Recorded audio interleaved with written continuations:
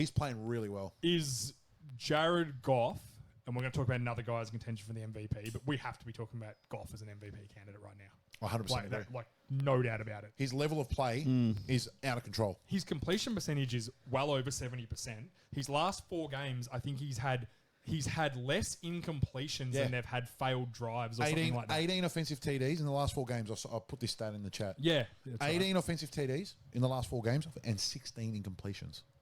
That's mental. That's an average of 4 a game. So that's more touchdowns than he's had incompletions. Yeah, in a 4-game stretch. Yeah, like I said, I think Jared Goff is really...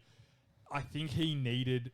It must have been hard for Goff when he got traded, because I was the same. I was like, well, Goff's just going to be a bridge player for the Lions, and they'll be crap, and then they'll draft a quarterback, and he'll be the backup, and he'll just move into like a... He'll be in... You'll see him in 10 years' time going, Jared Goff still... He's starting this week for someone who's got injured? Like with Andy Dalton in the Panthers. Like he'll be like that. But he's turned his career around, and the way you hear Dan Campbell talk about him was that he pretty much came in as a shell. Yep.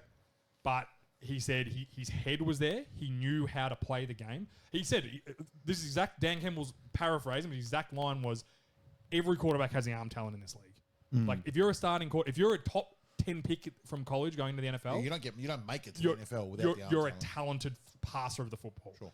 What he saw in Goff was his head. He had the brains to play, which was one of the big things they said against him when he was younger.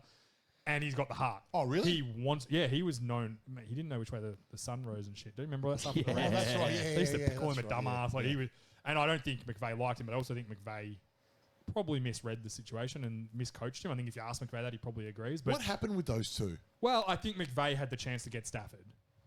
And was like, well, I can get Stafford. And then he won a Super Bowl. So in terms, he rolled the dice and it paid off for him. Yeah. But then the Lions are paying off in the long run. And Stafford's still playing and played pretty well this week too. Like, he's still a really good player. They got a lot of injuries too. Yeah, and they'll get some guys back. But that was a fantastic game. I just think that was game Goff, of the week for sure.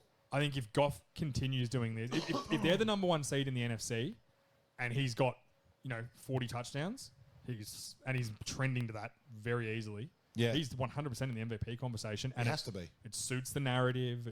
It's because he's a rejuvenation. Dan Campbell, he should be coach of the year now.